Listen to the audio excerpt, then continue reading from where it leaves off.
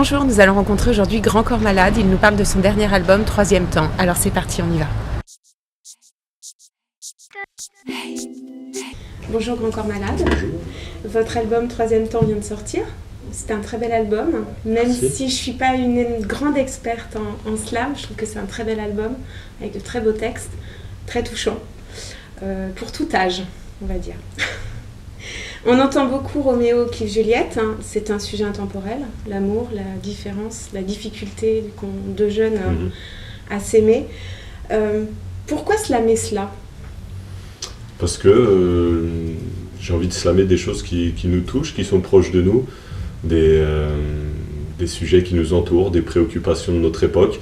Donc à la fois sur Roméo qui Juliette, le but était de jouer un petit peu avec justement à rendre moderne l'histoire d'amour la plus connue de tous les temps.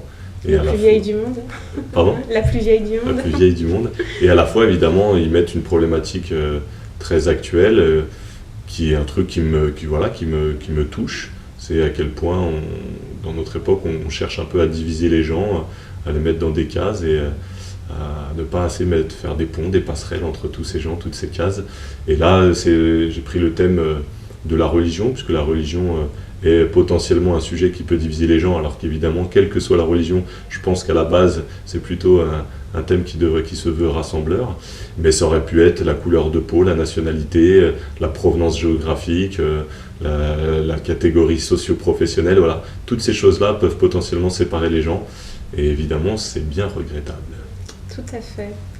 Alors, il y a une chanson que moi j'ai kiffée, je vais dire. On a le droit. C'est À l'école de la vie. J'ai été très touchée par cette chanson.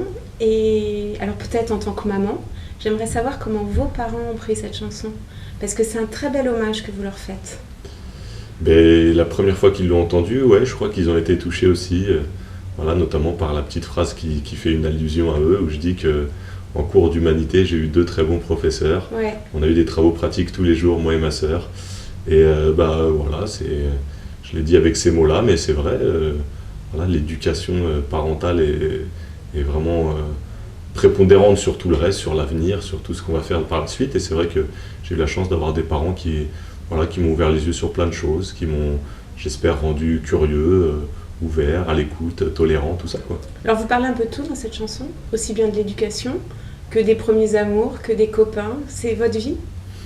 C'est ma vie, c'est votre vie à vous aussi. Oui. C'est la vie de tout le monde. Voilà, l'école de la vie, c'est tout ce qu'on rencontre, les envies, les galères, les douleurs, les bonheurs, tous ces petits thèmes qui font notre quotidien et dont on fait l'apprentissage.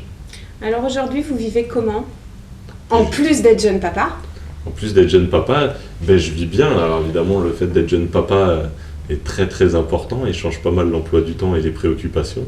Ça devient évidemment la priorité. Et à côté de ça, je vis très bien. Vous arrivez à jongler entre la musique Exactement, là l'album est sorti, il est plutôt bien accueilli. Évidemment, ce qui me démange, c'est avant tout de remonter sur scène, puisque l'album est avant tout un alibi, un prétexte pour faire de la scène. Donc on va commencer à préparer cette tournée. Je garde un équilibre entre ce côté professionnel, le côté perso, et puis tous les petits projets à côté. Tout va bien. Tout va bien, bon, ça se sent. Si vous deviez faire passer un petit message à nos membres, majoritairement des femmes, qu'est-ce que vous leur diriez ? Un petit message... Un petit message général. Un petit message général, c'est toujours très très dur les petits messages généraux. Un petit coup de pouce, un petit clin d'œil. Non, ce serait d'essayer de voir un petit peu partout autour de nous le positif qu'on peut trouver, parce qu'il y a beaucoup de négatifs, il y a beaucoup de difficultés autour de nous. Essayer de voir des fois le côté plutôt souriant et se dire que même dans les choses compliquées, il y a du souriant, on peut y trouver du positif. Alors c'est à nous de le faire, et puis après c'est des petits grains de sable, et qui fait que si tout le monde le font, les gens seront un petit peu plus heureux autour de nous. Ça peut être une grande phrase comme ça, une espèce de grand message général justement un peu bateau, mais c'est vrai que j'ai vraiment cette vision-là. J'essaye au quotidien de faire en sorte que les choses soient un peu plus souriantes. Un grand merci à vous et une belle route à votre album. Merci beaucoup. Merci. Confidentiel.com, le site réservé aux femmes.